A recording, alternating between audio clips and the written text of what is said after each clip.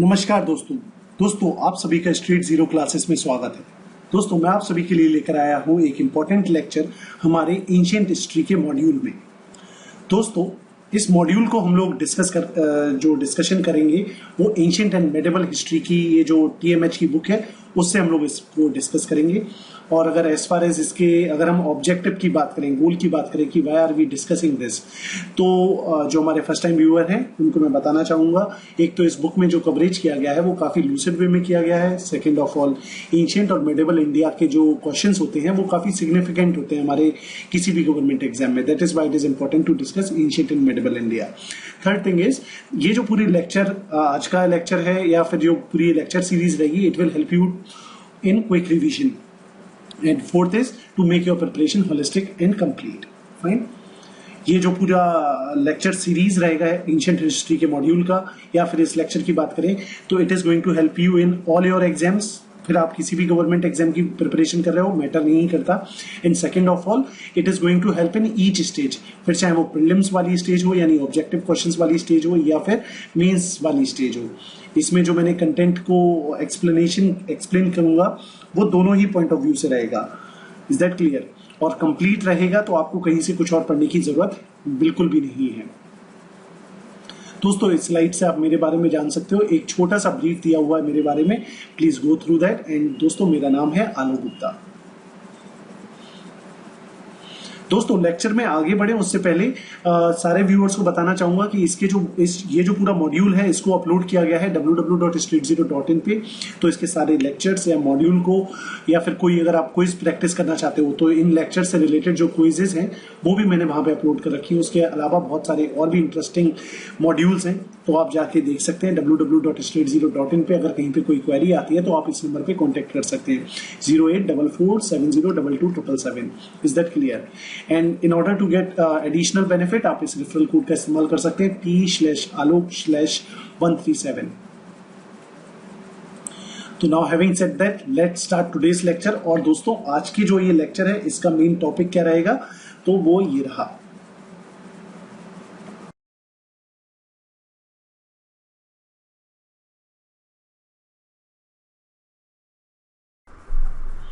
नमस्कार दोस्तों जैसा कि अभी आपने इंट्रोडक्शन में देखा कि आज का ये जो लेक्चर रहेगा that is going to be on Buddhism and Jainism. देखिए सबसे पहली बात तो एग्जाम पॉइंट ऑफ व्यू से अगर बात करें then it is very very very important topic. Ancient history के पॉइंट ऑफ व्यू से बात करें, जो हम एंशिएंट हिस्ट्री की ये सीरीज देख रहे हैं, तो अगर आप देख रहे हो एक चीज नोटिस कर रहे हो कि जैसे जैसे एंशिएंट हिस्ट्री के टाइम में हम मॉडर्न टाइम की तरफ आ रहे हैं तो उसमें क्या क्या सिग्निफिकेंट इवेंट हुए हैं उनके बारे में हम बात कर रहे हैं। Right from the very start, सबसे पहले हमने स्टोन एज को कवर किया which comes under pre history India. उसके बाद फिर हम लोगों ने बात की थी हड़प्पन सिविलाइजेशन के बारे में। हड़प्पन सिविलाइजेशन को कवर करने के बाद हमने वैदिक कल्चर के बारे में पढ़ाई की। वैदिक कल्चर समाप्त होता है तो शुरू होता है महाजनपदा का पीरियड, जो कि अगर हम इंडियन एंशिएंट हिस्ट्री की बात करें तो इस टाइम पे हमारे बहुत ज्यादा पॉलिटिकल कॉन्क्वेस्ट वगैरह चले थे। इसमें हमने 16 महाजनपदास के बारे में पढ़ा था। ये टाइमलाइन हो गया हमारा 600 से लेके 300 BC के तक वाला। तो इसी दौरान ये जो टाइम पीरियड चल रहा था, इसी दौरान एक रिलीजन की फील्ड में भी काफी उथल पुथल मची थी। और तभी इंडिया में, वैसे तो ये ग्लोबली ये फिनोमेना देखने को मिल रहा था कि नए नए रिलीजन उभर के आ रहे थे, लेकिन अगर हम इंडियन सिनेरियो की बात करें तो इंडियन सिनेरियो में भी लगभग कुछ 62 रिलीजन या 62 अलग अलग सेक्ट्स उभर के आते हैं, जिसमें से 2 प्रोमिनेंट रिलीजन बुद्धिज्म और जैनिज्म। क्योंकि इंडियन सब कॉन्टिनेंट में पहले मुख्य था ब्राह्मणिज्म या हम बात करें हिंदुइज्म चला आ रहा था, लेकिन उसके अपोजिशन में कह लो या उसके कंटेम्पररी उसी के साथ साथ ये 2 रिलीजन आए जिनके बारे में काफी इंपॉर्टेंस है एंशिएंट हिस्ट्री में। इनके जो टेक्स्ट हैं, इनके टेक्स्ट के माध्यम से, चाहे बुद्धिस्ट टेक्स्ट की बात करें, जैनिज्म के जो टेक्स्ट हैं उनकी बात करें, तो उनसे हमें एंशिएंट हिस्ट्री के बारे में काफी पता चलता है। तो ये एंशिएंट हिस्ट्री के पॉइंट ऑफ व्यू से भी काफी इंपॉर्टेंट है। आज का जो ये लेक्चर है हम इसमें इन्हीं के बारे में पढ़ेंगे और प्रोबेबली 2 या 3 लेक्चर में इस पूरे टॉपिक को समाप्त करेंगे। पर mind what I am saying कि एग्जाम पॉइंट ऑफ व्यू से काफी इंपॉर्टेंट है, तो इसको समझते हैं। बुद्धिज्म एंड जैनिज्म ठीक है, राइज और क्या हुआ है क्या नहीं हुआ। तो देखिए जो 6th सेंचुरी बीसी था, यानी जब हमारा महाजनपदा पीरियड शुरू होता है, तो वर्ल्ड ओवर या ग्लोबली अगर हम बात करें, क्रोनोलॉजिकली बात करें, इस टाइम पे रिलीजियस अपहेवल आया रखा था। मतलब एक तरीके से कहें तो रिलीजन की आंधी आ रखी थी। बड़े बड़े टीचर जैसे कि चाइना में कॉन्फ्यूशियस, ईरान में जोरास्टर, ग्रीस में परमेनाइट्स, तो इन्होंने उस टाइम का जो सोशियो रिलीजियस नॉर्म्स थे, जो एथिकल या मोरल वैल्यूज थी, मतलब socio religious establish socio religious norms थे, उनको चैलेंज किया, उनको क्वेश्चन किया। और उन्होंने बोला कि भैया जो जीवन होना चाहिए, जो सोसाइटी होनी चाहिए, उसकी जो मेन जरूरत है वो है एथिकल वैल्यूज, मोरल वैल्यूज। तो वहां पे ज्यादा फोकस करने को बोला। अगर हम इंडिया की बात करते हैं, इंडियन सब कॉन्टिनेंट की बात करते हैं, तो यहाँ पे भी सीन कुछ ज्यादा अलग नहीं था। इंडिया में भी हम लोग विटनेस करते हैं, एंशिएंट हिस्ट्री में विटनेस करते हैं कि 2 ग्रेट ऑल्टरनेटिव रिलीजन्स आते हैं, जिनको बाद में बोला गया बुद्धिज्म और जैनिज्म। ये जो रिलीजन थे, इनका मेन एम्फेसिस ये था कि जो ट्रू हैप्पीनेस है, इंसान की जो मेन खुशी है, वो मटेरियल प्रॉस्पेरिटी में नहीं है कि आप बड़े बड़े किंगडम बना रहे हो, बड़ी बड़ी चीजों को इन्वेंट कर रहे हो, उसमें नहीं है। इन्होंने बोला मटेरियल प्रॉस्पेरिटी में नहीं है, ना ही परफॉर्मेंस ऑफ रिचुअल, जिसके ऊपर हिंदुइज्म जब बहुत ज्यादा फोकस कर रहा था, बहुत सारे यज्ञ करवा रहा था, बहुत सारे सेक्रीफाइसेस दे रहा था। तो इन्होंने बोला इसमें हमारी जो हैप्पीनेस है उसमें नहीं डिपेंड करती है। हमारी हैप्पीनेस है कुछ ऐसी वैल्यूज जैसे कि नॉन वायलेंस वाली value, charity, frugality, good social conduct, इनमें है हमारी मुख्य खुशी। और अगर हम बात करें कि भैया इंडिया में, देखिए दुनिया में क्या हुआ, चलो वो तो इंपॉर्टेंट है ही है, लेकिन इंडिया में ऐसा क्या हुआ कि इतना अच्छा एस्टेब्लिश रिलीजन हिंदुइज्म होने के बावजूद भी, ब्राह्मणिज्म होने के बावजूद भी, जैनिज्म और बुद्धिज्म अपने आप को ओरिजिनेट करते हैं और एस्टेब्लिश करते हैं। क्या इसका मेन कारण था, उन रीजंस को हम जानते हैं। तो भाई अगर हम ओरिजिन की बात करें तो सबसे पहला जो रीजन है वो है, जैसे कि आपको पता है महाजनपदा पीरियड में जो इंडियन सोसाइटी थी वो 4 वर्णास में डिवाइड थी, ब्राह्मणिज्म, क्षत्रिय, वैश्य और शूद्र। तो ये जो क्षत्रिय थे, ये इनका मेन काम था कि भैया ये लड़ाई वगैरह करते थे, किंगडम स्थापित करते थे, वॉर करते थे, बैटल्स करते थे। लेकिन ब्राह्मण्स जो हैं उनका इतना ज्यादा डोमिनेशन था कि क्षत्रिय को ऐसा लगने लगा यार हम तो कुछ अपनी इंडिपेंडेंसली अपनी मर्जी से कुछ कर ही नहीं पा रहे हैं। तो क्षत्रियों का रिएक्शन था against the domination of Brahmins. तो जैसे कि बताया पोस्ट वैदिक सोसाइटी जो है वो 4 वर्णास में डिवाइड थी और क्षत्रिय जो है उनकी रैंक थी 2nd नंबर पे। ब्राह्मण्स जो सबसे प्रायोरिटी पे आते थे, उनकी रिचुअलिस्टिक डोमिनेशन थी। अगर मान लीजिए किसी का बच्चा हुआ तो भाई ब्राह्मण्स आ जाते थे कि भैया आप ये यज्ञ करवाओ। किसी राजा का कॉन्सेक्रेशन हो रहा है, मतलब उसके ऊपर राजगद्दी उसे दी जा रही है, तो बोलते थे भैया ये यज्ञ करवाओ। तो इनकी बहुत ही ज्यादा डोमिनेशन, इस टाइप का डोमिनेशन था। ये जो प्रीस्टली क्लास थी वो काफी प्रिविलेजेस इंजॉय करती थी। मतलब एक तो आप ना कोई लड़ाई वगैरह कर रहे हो, लेकिन फ्री फोकट में प्रिविलेजेस आपको मिल रहे हैं, आपको फ्री में जमीन मिल रही है, आपको टैक्स नहीं देना पड़ रहा है, आपको ऊपर कोई पनिशमेंट नहीं है। तो इसीलिए बोला जाता है कि क्षत्रियों को ये सारी चीजें अच्छी नहीं लग रही थी और एज अ रिएक्शन उन्होंने शुरू किया। और इसीलिए ये भी सरप्राइजिंग नहीं है कि आप देखोगे जो बुद्धा हैं या महावीरा हैं, ये दोनों क्षत्रिय क्लैन से आते हैं, मतलब क्षत्रिय फैमिली से बिलोंग करते हैं। तो एक इससे हमें ये समझ में आता है कि भैया इन्होंने जो ब्राह्मण से उनकी जो अथॉरिटी है उसको चैलेंज किया एक तरीके से, और ये दोनों ही के दोनों क्षत्रिय वर्णा से बिलोंग करते थे। तो एक ये रीजन है जिसको हम समझ सकते हैं कि भैया क्यों ऐसा हुआ होगा, क्यों बुद्धिज्म में आया या फिर क्यों जैनिज्म फाइनली इमर्ज होता है। अगर हम बुद्धिस्ट पाली टेक्स्ट, जो बुद्धिस्ट के टेक्स्ट हैं जो पाली लैंग्वेज में लिखे गए हैं, वो उसमें रिजेक्ट करते हैं ब्राह्मणिकल जो क्लेम है सुपीरियरिटी का। जो ब्राह्मण्स बोलते हैं कि भैया हम सबसे ज्यादा सुपीरियर हैं, तो वो इस चीज को मना करते हैं, इस चीज को रिफ्यूट करते हैं, रिजेक्ट करते हैं। और वो इस ऑर्डर को रिवर्स करने की कोशिश करते हैं और बोलते हैं कि सबसे ऊपर अगर वर्ना सिस्टम में कोई आएगा तो वो क्षत्रिय आएंगे, उसके बाद ब्राह्मण्स आएंगे, फिर वैश्य आएंगे और फिर शूद्र आएंगे। तो इस चीज को वो रिवर्स करवा देते हैं। सेकंड जो रीजन रहा वो था कि जो उस टाइम पे, जैसे कि मैंने बताया, महाजनपदा पीरियड में बड़े बड़े टाउन, महानगर, निगम जो डेवलप हो रहे थे, उसके पीछे कारण था एग्रीकल्चरल एक्सपेंशन। जो एग्रेरियन सोसाइटी थी, मतलब वो उसके पीछे कारण क्या था कि भैया वो लोग जो है आयरन के टूल्स इस्तेमाल करने लगे थे। जो अर्बनाइजेशन हुआ वो गंगा वैली में हुआ, तो वहां पे क्या थी, एल्यूवियल सॉइल थी। तो एल्यूवियल सॉइल होने की वजह से वो ज्यादा फर्टाइल थी। उसके अलावा वहां पे बारिश भी अच्छी होती थी और इरिगेशन का सिस्टम था। तो यानी जो एग्रेरियन इकोनॉमी थी, अब जो एग्रेरियन इकोनॉमी की जो दूसरी डिमांड होती है वो थी कि भैया एनिमल हस्बेंड्री करें, मतलब हम एनिमल्स का डोमेस्टिकेशन करें, सो दैट उनसे हम अपने हल चला सकते हैं, उनसे हमें बाकी की जो हमारी क्या कहते हैं, जो एनिमल रेसिड्यू होता है उसको हम इस्तेमाल कर सकते हैं एज अ फर्टिलाइजर। एनिमल्स का हम इस्तेमाल कर सकते हैं भैया बाकी के प्रोडक्ट जैसे मिल्क प्रोडक्ट हो गए उन सबको प्रोड्यूस करने में। तो एग्रेरियन इकोनॉमी क्या चाहती थी कि भैया हम एनिमल हस्बेंड्री करें, लेकिन जो हिंदुइज्म है या ब्राह्मणिज्म है वो बहुत ज्यादा फोकस करता था सेक्रीफाइसेस पे, और इन यहां पे जो बलि दी जाती थी वो बलि दी जाती थी एनिमल्स की। तो ये एग्रेरियन सोसाइटी को पसंद नहीं आ रहा था, ब्राह्मण्स का ये जो रिचुअल था वो पसंद नहीं आ रहा था। 6th सेंचुरी बीसी में आप देखेंगे तो जो सेंटर था इकोनॉमिक या पॉलिटिकल एक्टिविटी का वो शिफ्ट होता है नॉर्थ वेस्ट फ्रंटियर, यानी हरियाणा वेस्टर्न यूपी से शिफ्ट होता है ईस्टर्न यूपी में, बिहार में, जहां पे ज्यादा रेनफॉल है, जहां पे फर्टाइल लैंड है, आयरन के रिसोर्सेज हैं। तो इनकी मदद से क्या हो रहा है भैया, फॉरेस्ट कवर को क्लीन कर दिया और वहां पे एग्रीकल्चर इकोनॉमी को डेवलप किया जा रहा है। अब उनको चलानी है बैलगाड़ी या उनको चलाने हैं हल, उसके लिए चाहिए एनिमल हस्बेंड्री। लेकिन जो वैदिक प्रैक्टिस थी वो कहती थी भैया सेक्रीफाइसेस दो, कैटल्स को मारो, जो कि भैया एग्रीकल्चर इकोनॉमी को बढ़ने नहीं दे रही थी। तो अगर नई एग्रीकल्चर इकोनॉमी की स्टेबिलिटी और प्रॉस्पेरिटी चाहते थे लोग तो उसके लिए भैया एनिमल की जो स्लॉटरिंग है उसको रोकना पड़ेगा। और आप देखोगे दोनों के ही दोनों, बुद्धिज्म हो या जैनिज्म हो, दोनों क्या चीज बोलते हैं, नॉन वायलेंस, मतलब किसी भी किस्म का वायलेंस नहीं करना है, चाहे एनिमल हो या इंसान हो, किसी के भी खिलाफ। तो इसीलिए भी जो लोग बाग हैं उनको ये जो दोनों रिलीजन है वो काफी अच्छे लगे। तीसरा रीजन क्या था कि जो बुद्धिज्म है या जैनिज्म है इसको जो वैश्य क्लास थी या जो मर्केंटाइल क्लास थी वो बहुत ज्यादा सपोर्ट कर रही थी। क्यों कर रही थी, क्योंकि देखिए इन दोनों क्लासेस को क्या लगता था, वैश्यास को क्या लगता था, सारे टैक्सेस हम लोग देते हैं और हमें तो कोई प्रोविजन मिल नहीं रहा, हमें तो उतना अच्छा सोशल स्टेटस मिल नहीं रहा है। तो इन्होंने सोचा क्यों ना हम नए रिलीजन को बढ़ावा दें जिसमें हमें ज्यादा अच्छा स्टेटस मिले, ज्यादा अच्छी हमें रिकॉग्निशन मिले। तो इन्होंने बुद्धिज्म और जैनिज्म को बहुत ही ज्यादा पेट्रोनाइज किया, ज्यादा पैसे दिए स्थापित होने के लिए। उनके भैया उनके लिए चैत्यास बनवाए, बिहारास बनवाए, उनके लिए बहुत अच्छी फैसिलिटीज बनाई, उनको बहुत ज्यादा दान दक्षिणा दिया। और बाकी क्यों, इसके पीछे एक और कारण था, एक तो सोशल स्टेटस अच्छा मिलेगा, दूसरी बात थी कि ये दोनों के ही दोनों रिलीजन किस बात पे फोकस करते थे, नॉन वायलेंस पे।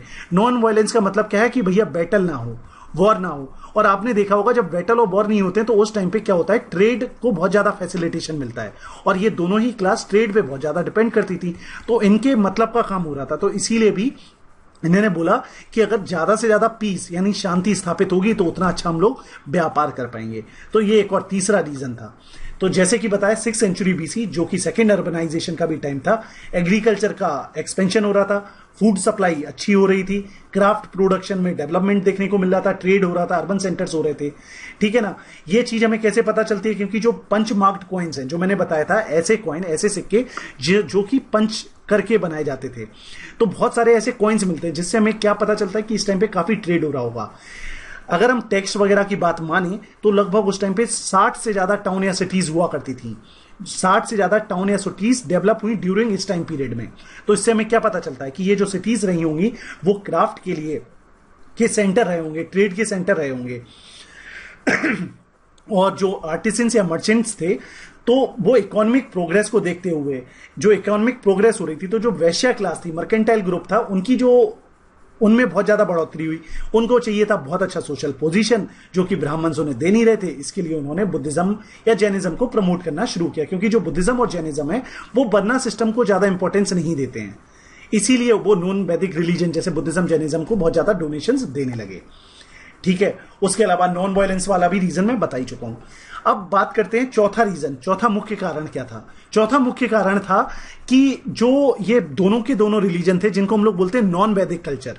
याद रखना, हिंदुइज्म को बोलते हैं वैदिक कल्चर और इनको जो बुद्धिज्म है, जैनिज्म है, इनको बोल रहे हैं हम लोग नॉन वैदिक कल्चर।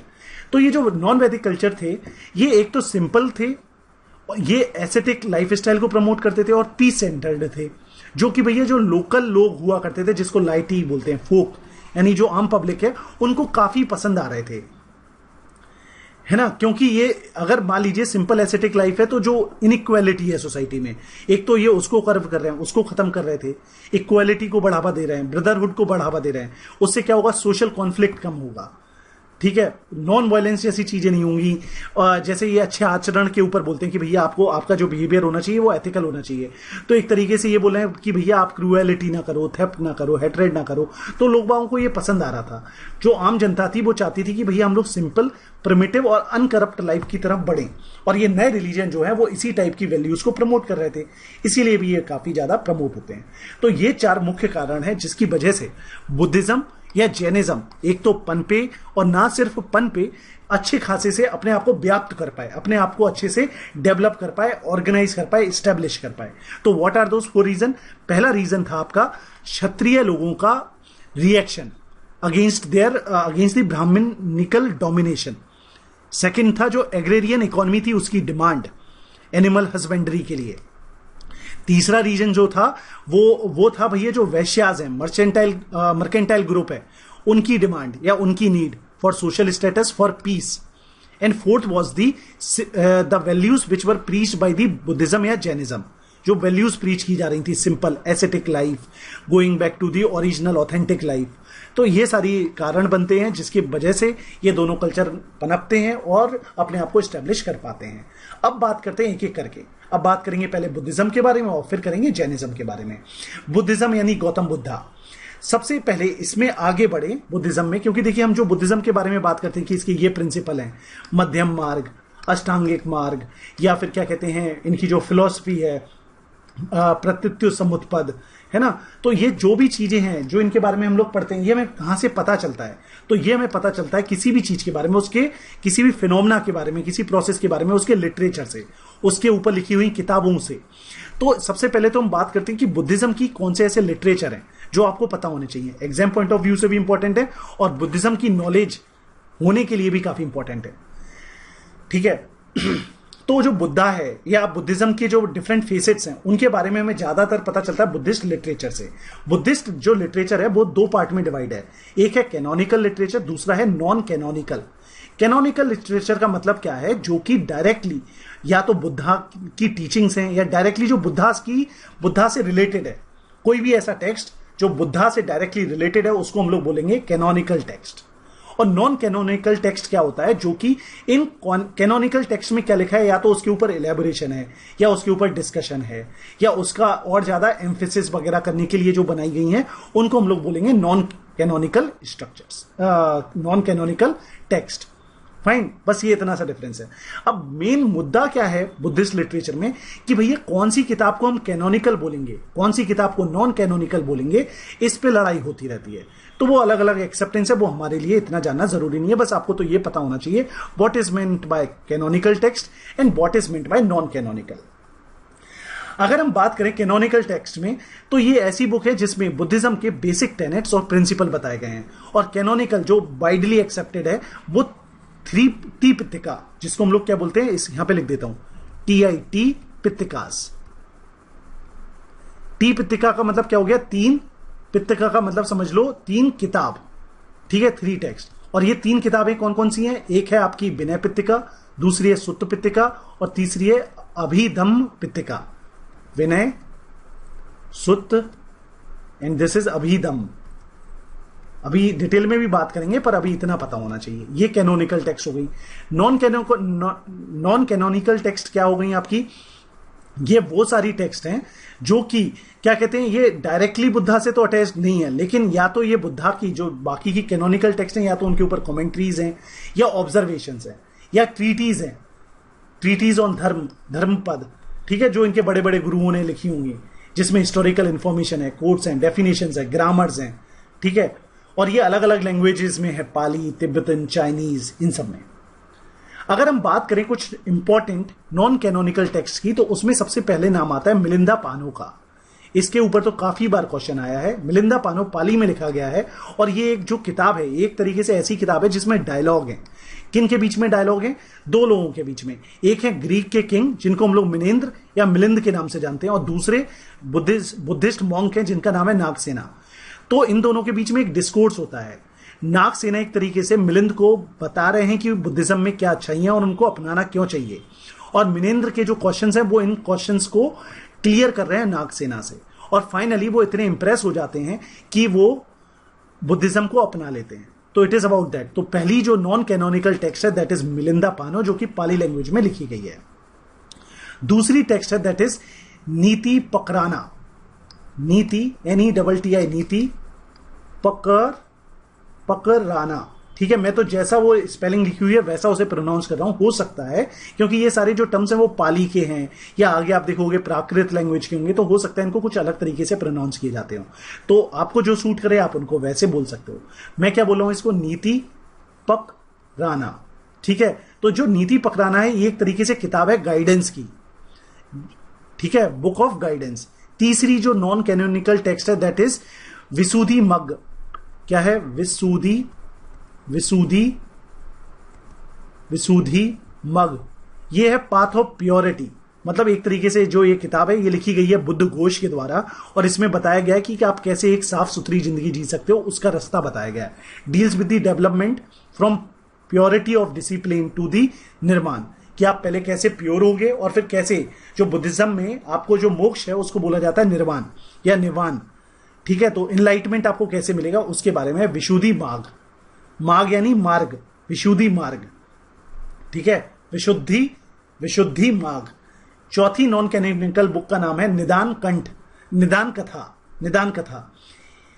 तो ये जो किताब है ये कनेक्ट है भैया बुद्धा की लाइफ स्टोरी के साथ। अगली जो नॉन कैनोनिकल टेक्स्ट है that is Dipavamsa and Mahavamsa. मतलब इसको अगर हम लोग देखो इंग्लिश में पढ़ोगे तो दीपवंशा या महावंशा बोलोगे, लेकिन अगर इसको ढंग से प्रोनाउंस करें तो मेरे ख्याल से ये लिखा हुआ है दीपवंश महावंश, जो कि पाली लैंग्वेज में लिखी गई है।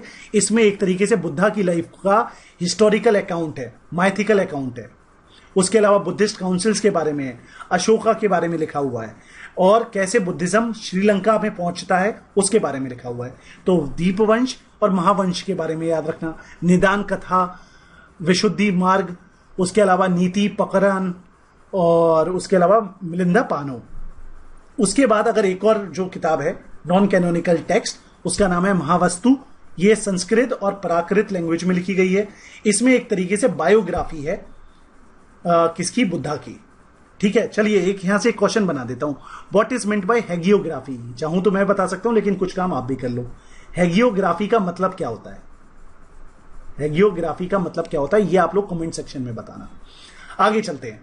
अब जो मैंने बताया तीन कैनोनिकल, मतलब जो कैनोनिकल टेक्स्ट है उसमें आपके आते हैं या तो त्रिपिटका बोल लीजिए या तिपिटका। पाली में बोलेंगे तो तिपिटका, संस्कृत में बोलते हैं त्रिपिटका, यानी तीन बास्केट या तीन कलेक्शन या तीन किताबें। ये बुद्धिस्ट टीचिंग की अर्लीस्ट कंपाइलेशन है और ओरिजिनली इन्हें पत्तों पे लिखा गया था।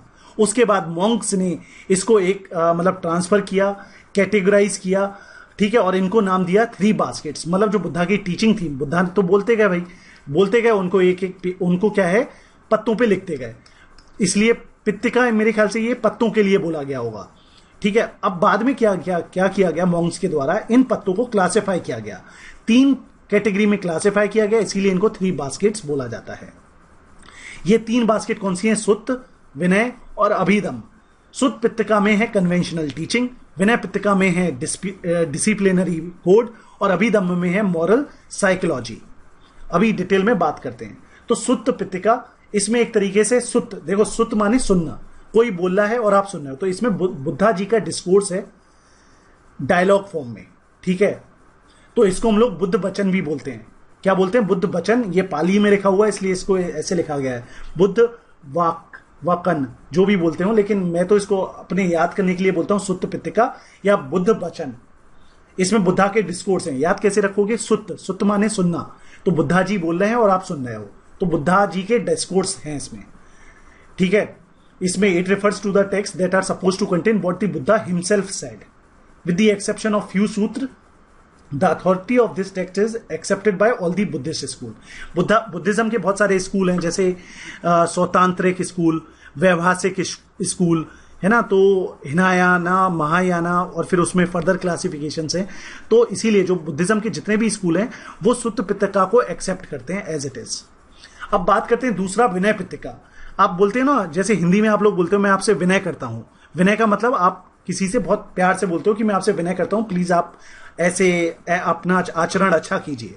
तो एक तरीके से डिसिप्लिन, तो विनय इज अ डिसिप्लिन बास्केट। इसमें सारे रूल्स हैं कि जो मॉन्क्स हैं, बुद्धिस्ट मॉन्क या बुद्धिस्ट नन्स हैं, जो संघ, देखिए बुद्धिज्म में जो ग्रुप होता है बुद्धिस्ट लोगों का, उसको बोला जाता है संघ, यानी मोनेस्टिक ऑर्डर। तो उस संघ के जो मॉन्क या नन है उनका कैसा रूल होना चाहिए, कैसा कंडक्ट होना चाहिए, उसके लिए ये किताब है विनय पिटका। मतलब एक तरीके से ये समझ लो, अगर आपको बुद्धिस्ट मॉन्क बनना है तो आपको कौन सी किताब पढ़ के जानी पड़ेगी, विनय पिटका। इसमें पति मोखा यानी list of transgression against the monastic discipline, मतलब पति मोखा एक तरीके से एक लिस्ट है जो जिससे आपको दूर रहना है। अगर आप भैया मॉन्क बन गए, बुद्धिस्ट मॉन्क बन गए, तो आपको इस लिस्ट में दिए हुए आइटम्स का पालन करना होगा। उसके अलावा जैसे मैंने बताया इसमें मोनेस्टिक रूल्स तो ही हैं, उसके अलावा doctrinal exposition, ritual text, biographical stories और कुछ, देखिए बुद्धिज्म जो गौतम बुद्धा हैं उनके बचपन से रिलेटेड, उनके बचपन की जो स्टोरीज हैं उनको बोलते हैं जातक, तो कुछ जातक भी मेंशन है इसमें। तो हमारा दूसरा हो गया Vinaya Pitaka, it is a disciplinary text. तीसरा है अभिधम्म पिटका, इसमें क्या है, कुछ हायर टीचिंग्स दी हुई हैं। तो ये समझ लो कि जो बाकी दोनों किताबें थी उसमें कुछ रह गया होगा, या कुछ और हाई लेवल की लैंग्वेज या हाई लेवल की टीचिंग है वो इस किताब में डाल दी। इसको बोलते हैं बास्केट ऑफ हायर टीचिंग। बड़ी लैंग्वेज है तो हायर, ऐसे याद कुछ कर लेना। तो इसमें है thorough study and सिस्टमेटाइजेशन of the teachings of Sutta Pitaka through summaries, question and answers and list. ये 3 पिटका जो हैं इनको डिवाइड किया गया निकायास में। मतलब ये जो 3 किताबें जिनको हम बोल रहे हैं इनको डिवाइड किया गया अलग अलग बुक्स में, जिनको बोला जाता है निकायास। सुत्त पिटका में टोटल 5 निकायास आती हैं, मतलब 5 किताबें आ गई सुत्त पिटका के अंदर। उनका नाम क्या है, दिग्ग निकाया, मजहिमा निकाया, संयुक्त निकाया, अंगूथरा निकाया एंड उसके अलावा है खुदा का निकाया। ठीक है, फिर उसके बाद जो खुदा का निकाया है इसको फर्दर सब डिवाइड किया गया है 15 किताबों में। तो इतना हमें डिटेल में नहीं जाना है, बस इतना याद रखना है जो 3 पिटका हैं, मतलब 3 किताबें हैं, कैनोनिकल टेक्स्ट हैं, उसमें जो सबसे पहली वाली किताब है उसकी 5 किताबें हैं, 5 निकायस हैं। उनके थोड़े बहुत नाम याद रख सकते हो तो रख लेना, दिग्ग निकाया, मजहिमा निकाया, समयुत्ता निकाया, अंगूथरा निकाया एंड खुदा का निकाया। ठीक है, फिर खुदा का निकाया के 15 को फर्दर क्लासिफाई किया गया 15 किताबों में। ठीक है, उसके बाद आगे चलते हैं। तो ये देखिए, जैसे मैंने आपको बताया कि जो आपकी सुत्त पिटका है उसकी 5 किताबें हैं, ये 5 किताबें रहीं, और फिर जो खुदा का निकाया है उसकी 15 किताबें हैं। सिमिलरली अभिधम्म पिटका जो है उसको टोटल 7 किताबों में डिवाइड किया गया है। वो किताबें कौन सी है वो यहाँ पे लिखी हुई हैं। और जो विनय पिटका है उसको भी 5 किताबों में डिवाइड किया गया है। वो 5 किताबें कौन कौन सी हैं तो वो यहाँ पे लिखी हुई हैं आपकी, 1, 2, 3, 4 और 5। इतना डिटेल में जाने की जरूरत नहीं है, बस इतना याद रखना, पहले 3 किताबें हैं और जो 3 टेक्स्ट हैं उनको फर्दर किताबों में डिवाइड किया गया है, जिनको हम लोग बोलते हैं निकायास। और ये अगर निकायास की हम बात करें तो ये सुत्त पिटका हो गया और फिर ये इस टाइप से है। क्लियर हो गया? आगे चलते हैं। अब बात करते हैं, ये तो हमें आ गया कि भैया जो बुद्धिज्म के बारे में पता चला, तो कहां से पता चला? कुछ किताबों से। वो किताबें 2 टाइप की हैं, कैनोनिकल और नॉन कैनोनिकल। कैनोनिकल में कौन कौन सी आती हैं वो बात कर ली, और नॉन कैनोनिकल में कौन कौन सी आती हैं वो बात कर ली। अब बात करते हैं भैया, अगर जब हमें पता चल गया तो क्या पता चला? पता चला हमें बुद्धा की जिंदगी के बारे में। क्या है बुद्धा की जिंदगी? तो सबसे पहले बुद्धा की जो हैगियोग्राफी है वो किसमें लिखी हुई है? सुत्त और विनय पिटका में लिखी हुई है, जिसका फर्दर डिटेल्ड वर्जन किसमें दिया हुआ है? या तो बुद्ध चरित्रा में, या महावस्तु में, या निदान कथा में। ठीक है, तो अगर इन सब किताबों में जो लिखा है उसकी अगर हम समरी निकालें तो उससे हमें यह पता चलता है गौतम बुद्धा, जिनको हम लोग साख्या मुनि के नाम से भी जानते हैं या तथागता के नाम से भी जानते हैं। साख्या क्लैन से बिलोंग करते थे और वहां के मुनि, यानी मुनि का मतलब क्या होता है? प्रीस्ट। ठीक है ना, तो साख्या मुनि बोल लीजिए इनको, या तथागत। बुद्धिज्म में जिसको एक तरीके से निर्वाण वगैरह मिल जाता है उसको तथागत भी बोला जाता है। तो गौतम बुद्धा, जिनको तथागत या फिर साख्या मुनि बोलते थे, तो जब इनका जन्म हुआ था तब इनका गौतम बुद्धा नाम नहीं था, तब इनका नाम था सिद्धार्थ। और इनका जन्म हुआ है 563 बीसी में। 563 बीसी में सिद्धार्थ। जब मैं आपको महाजनपदा का पीरियड बता रहा था तब मैंने आपको बताया था किसी एक राजा के बारे में जो कि कंटेम्पररी है, दोनों ही, एक तो आपके गौतम बुद्ध के भी और क्या कहते हैं महावीरा के भी। वो जो राजा हैं वो हरनिक्या डायनेस्टी से बिलोंग करते थे। उनका आप मुझे आंसर दीजिए कमेंट सेक्शन में। ठीक है, तो जब इनका जन्म हुआ तब इनका नाम रखा गया सिद्धार्थ। इनका जन्म हुआ 563 बीसी में। किस दिन हुआ था? वैशाख पूर्णिमा के दिन हुआ था। कहां पे हुआ था? लुम्बिनी में हुआ था। लुम्बिनी कहां पे है? जो कि नेपाल में कपिलावस्तु के पास एक जगह है जिसको लुम्बिनी के नाम से जाना जाता है। किसके यहां हुआ था? तो इनके फादर का नाम है शुद्धोधन, जो कि साख्या क्लैन जो कि एक रिपब्लिकन था उसके चीफ हुआ करते थे। ठीक है, शुद्धोधन, ठीक है, साख्या क्लैन से बिलोंग करते थे, जो रूल करते थे कपिलावस्तु से, और जो महाजनपदा का नाम है दैट इज कौशाल। तो गौतम बुद्धा किस महाजनपदा से बिलोंग करते थे? ये करते थे कौशाल महाजनपदा। ये वही वाला महाजनपदा है जिसको आगे जाके आपके अजात शत्रु जी ने जीत लिया था। ठीक है ना? तो शुद्धोधन जो चीफ हुआ करते थे, और जो शुद्धोधन जी हैं, ये सिर्फ एक क्लैन था, एक मतलब कौशाल का जो किंगडम था उसमें एक जगह थी, वहां पे कपिलावस्तु, वहां पे ये रूल किया करते थे। ठीक है, तो शुद्धोधन, उनकी मां का नाम था महामाया। ठीक है, वो इनको जन्म देने के 7 दिन बाद ही उनकी डेथ भी हो गई थी। इसके बाद जो गौतम बुद्ध हैं, इनका लालन पालन किया इनकी दूसरी स्टेप मदर थी जिनका नाम है गौतमी, उन्होंने इनका लालन पालन किया है। तो ये हो गई इनकी स्टार्टिंग। कुछ फैक्ट याद रख लेना। सिद्धार्थ, ये डेट कहां पे हुआ था? लुम्बिनी में हुआ था। फादर का नाम शुद्धोधन, मां का नाम महामाया, फिर स्टेप मदर का नाम है गौतमी। उसके बाद ऐसा माना जाता है इनके जैसे ही इनका जन्म होता है तो कुछ ब्राह्मण्स आए थे और उन्होंने ये बोला, ब्राह्मणों ने देखा कि 32 मार्क्स हैं इनके ऊपर, ऐसे कुछ ऐसे निशान हैं या समझ लीजिए ऐसे कुछ चिन्ह हैं जो कि बताते हैं कि ये जो इंसान है, ये जो बच्चा है वो महापुरुष बनेगा, या तो ये पूरी दुनिया को कॉन्कर करेगा या फिर ये पूरी दुनिया को रिनाउंस कर देगा। मतलब जो बोलते हैं ना कि रिनाउंस कर दिया हमने तो वर्ल्डली लाइफ को, या तो ये जो लक्षणों को देख के, महापुरुष के लक्षणों को देख के ऐसा इनके बारे में एक तरीके से भविष्यवाणी की गई थी। उसके बाद तो इसीलिए इनके फादर नहीं चाहते थे कि इनका जो बेटा है वो सारी दुनिया को रिनंशिएट कर दे, तो इसीलिए उनको सारे शौरों से बचाने के लिए, सारी लग्जरी और कंफर्ट देने के लिए उनको हमेशा पूरे महल के अंदर ही रखा जाता था। ये अपने गौतम बुद्धा जी हैं। लेकिन अब आगे कहानी कुछ ऐसी चलती है कि जैसे ही गौतम बुद्धा 16 साल के होते हैं तो इनकी शादी करवा दी जाती है यशोधरा से। तो इनकी वाइफ का नाम क्या है? यशोधरा। इनके बेटे का नाम क्या है? राहुल। ठीक है, 29 साल की एज आते आते, आपको एक और बात बता दूं, जैसे कि देखिए ये जो टेक्स्ट है वो कितना क्लियरली मेंशन कर रहे हैं कि बुद्धा जी जो हैं उनकी शादी हुई है, उनका बेटा हुआ है। लेकिन आगे आप देखोगे कुछ ऐसे टेक्स्ट हैं जहां पे ये डिनाई किया जाता है कुछ लोगों के द्वारा कि नहीं इनकी तो शादी नहीं हुई थी, या इन्होंने ऐसी सारी चीजें। तो प्लीज आप कंफ्यूज मत होना जब भी आप कोई टेक्स्ट पढ़ते हो वहां सबसे। ठीक है, 16 साल की इस उम्र में इनकी शादी हुई यशोधरा से, इनका बेटा हुआ जिसका नाम रखा गया राहुल। 29 साल की उम्र में इन्होंने देखा एक्चुअली 4 चीजें हुई इनके संग। इन्होंने कुछ 4 चीजें देखी। एक देखा इन्होंने ओल्ड मैन, वृद्ध आदमी। दूसरा देखा इन्होंने सिक मैन, बीमार आदमी। तीसरा इन्होंने देखा मरा हुआ आदमी यानी कॉर्प, और चौथा देखा इन्होंने एक एसेटिक। तो इन सारी चीजों को देख के इन्हें रियलाइज हुआ कि जो जिंदगी है उसमें काफी दिक्कतें हैं, और जो सबसे ज्यादा अगर उन्हें किसी को खुश देखा तो वो देखा एसेटिक को देख के। तो इनको लगा कि भैया अल्टीमेट खुशी कहीं और है। तो ये बन जाते हैं वेंडर, मतलब ये घर वर छोड़ के चले जाते हैं, अपना पैलेस छोड़ के चले जाते हैं। किसके साथ चले जाते हैं अपना पैलेस छोड़ के? चन्ना के साथ। ठीक है, चन्ना जो था वो इनका घोड़ा या चैरिएटर जो इनका रथ चलाता था, उसको एक तरीके से समझ लो ये अपना एक तरीके से एक हेल्पर लेके जाते हैं। और इनका एक फेवरेट घोड़ा हुआ करता होगा उस टाइम पे, उसको जिसका नाम था कंठका। ठीक है, इन दी सर्च ऑफ ट्रुथ, जिसको बोला गया है, जिसको एक टर्म दिया गया है क्रमन। ठीक है, महाविनिष्क्रमन यानी ग्रेट रेनंसिएशन। डायरेक्ट पूछ लिया जा सकता है इस शब्द का मतलब क्या है। महाविनिष्क्रमन ये बुद्धिस्ट टर्म है जिसका मतलब होता है ग्रेट रेनंसिएशन। मतलब ये वो टाइम था जब बुद्धा जी ने जो नॉर्मल जिंदगी होती है, नॉर्मल दुनिया होती है, उसको रेनंशिएट कर दिया था, और वो निकल चुके थे सच्चाई की खोज में। किसके साथ निकल चुके थे? चन्ना जो उनका रथ चलाता था, और दूसरा था कंठका जो उनके घोड़े का नाम था कंठका। इन दोनों के साथ निकल जाते हैं। 6 साल तक ऐसे ही घूमते रहते हैं। उसके अलावा उस टाइम के जो भी स्टैब्लिश्ड टीचर ऋषि वगैरह होते होंगे उनके संग उन्होंने मेडिटेशन किया। पहले मेडिटेशन किया उन्होंने एक जो नाम है वो है अलारा कलाम। क्या है? अलारा कलाम।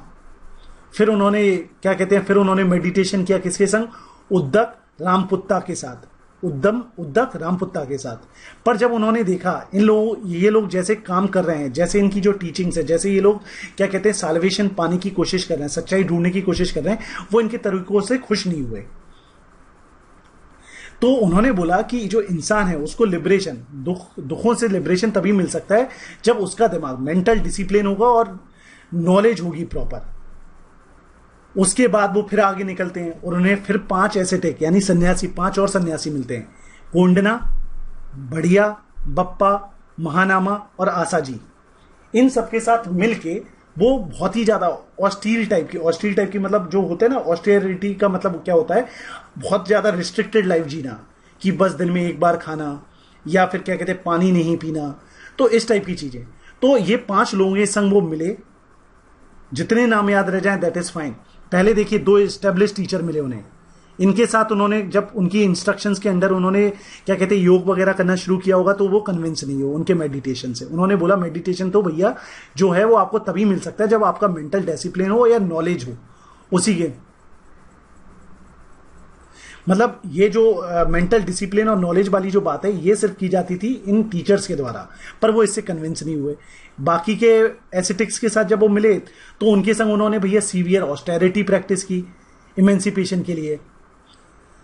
लेकिन उन्होंने बोला कि अगर सिर्फ और सिर्फ आप ऑस्टेरिटी प्रैक्टिस करते हो तब भी आपका क्या कहते हैं आपको साल्वेशन या मोक्ष नहीं मिल सकता।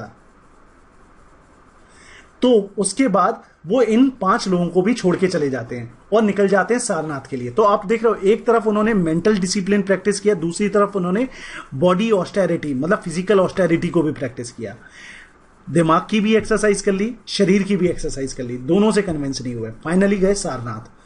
वहां पे सारनाथ पहुंचे और वहां पे वो उसके बाद एक गांव था सैनानी, वहां पे पहुंचे। वहां पे एक लो कास्ट गर्ल थी जिसका नाम है सुजाता। उसने उन्हें दूध और चावल दिए, ठीक है। उसके अलावा उन्होंने कोई गिफ्ट लिया होगा किसी ग्रास कटर से, और उससे उन्होंने मैट बनाई, कुछ चटाई वगैरह बनाई और पीपल के पेड़ के नीचे बैठ गए। और उन्होंने ये कसम खाई कि वो अब तब तक नहीं उठेंगे जब तक उन्हें एनलाइटमेंट अटेन नहीं हो जाता है। फाइनली जब वो अपने डीप मेडिटेशन में थे तो एक नाम आता है जिसका नाम बोलते हैं मर। मर जो है वो एक तरीके से भगवान थे इल्यूशन के। तो उन्होंने इनका जो क्या कहते हैं जो इनका ध्यान था उसको तोड़ने की काफी कोशिश की। तो गौतम बुद्धा की एक जो मुद्रा है जिसको हम लोग बोलते हैं भूमि स्पर्श मुद्रा, तो ये एक्चुअली उसी टाइम के बारे में बता रहे हैं कि Gautam touch the earth calling it to bear the witness the countless lifetimes of virtue that he had led him to this place of enlightenment। एक तरीके से वो मतलब धरती वगैरह को बोल रहे हैं कि आप देखो इसको एक्सेप्ट करो और ये सारी चीजें।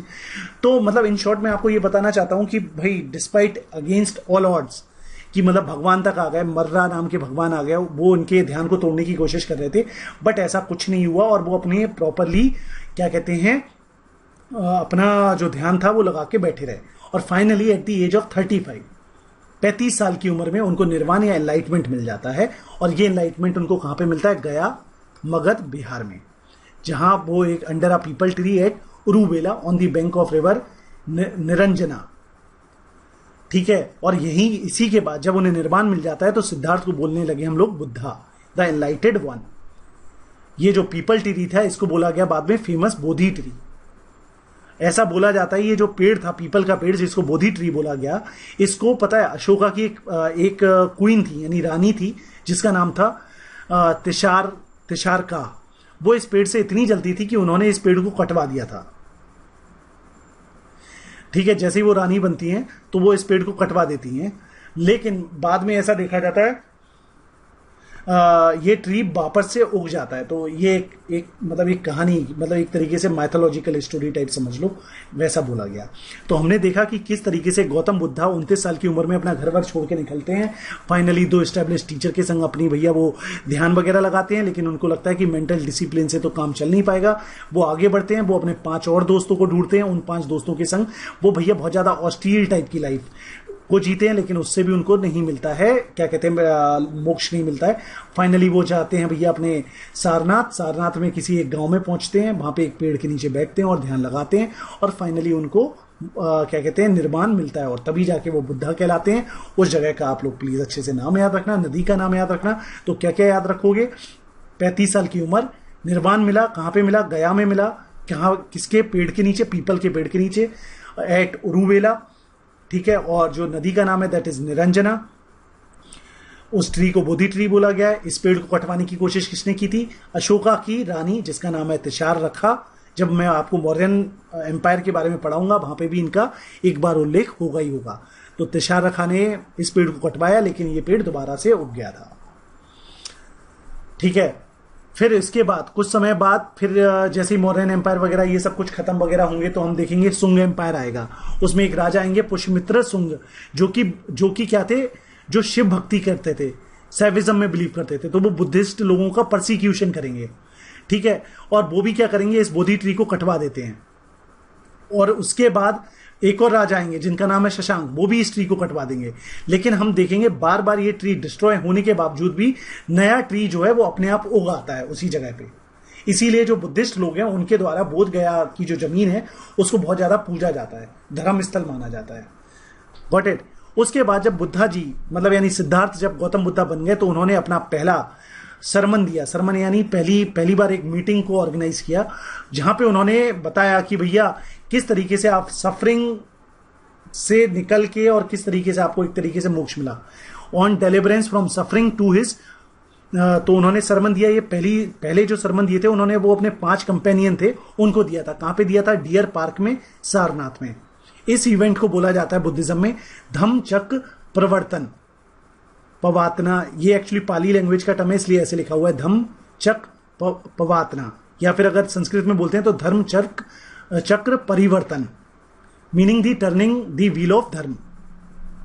उसके बाद जो इनके 5 दोस्त थे जो इनके डिसाइपल भी बन गए, वो उनके डिसाइपल बन जाते हैं और इनको फिर बाद में उन्हीं डिसाइपल को बोलते हैं अरहात, ठीक है। अरहात याद रखना, वो who are arhat? Arhat are the 5 first disciples of Gautama Buddha who realise the truth. फिर उसके बाद गौतम बुद्धा ऐसी दुनिया भर में भटकते रहते हैं, अपनी डॉक्ट्रिन जो है, अपनी टीचिंग जो है वो 40 साल तक लोगों को पढ़ाते रहते हैं। उन्होंने जो मॉन्क या नन थे उनका एक ऑर्डर बनाया जिसको बाद में संघ बोला गया। फाइनली 80 साल की उम्र में उनकी डेथ होती है। एक जगह है कुशीनगर या कुशीनारा, और इस चीज को बोलते हैं परिनिर्वाण। मतलब पहले देखिए जो निर्वाण होता है वो 2 टाइप का होता है। एक तो आप जब जिंदा हो तभी आपको मोक्ष मिल गया, ठीक है, और उसके बाद जब आप मरते हो तो उस वाले पीरियड को बोला गया परिनिर्वाण। It is believed that his last words were, all composite things decay, strive diligently. Buddha ji को 5 फॉर्म में डिस्क्राइब किया जाता है। लोटस और बुल, कहीं पे अगर ये साइन बना दिया बुद्धिज्म में तो वो दिखाता है कि बुद्धा जी का जन्म। हॉर्स यानी रेनंसिएशन, बोधि ट्री यानी उनका एक तरीके से निर्माण। फिर उसके बाद धर्मचक्र परिवर्तन यानी फर्स्ट सरमन, और फुटप्रिंट यानी निर्वाण, ठीक है। तो प्लीज आप ये सारी चीजों को अच्छे से याद रखना। डॉक्ट्रिन्स क्या है बुद्धिज्म के, वो नेक्स्ट लेक्चर में बात करेंगे। आज हम यहां तक पहुंच चुके हैं, इसमें क्लियर है।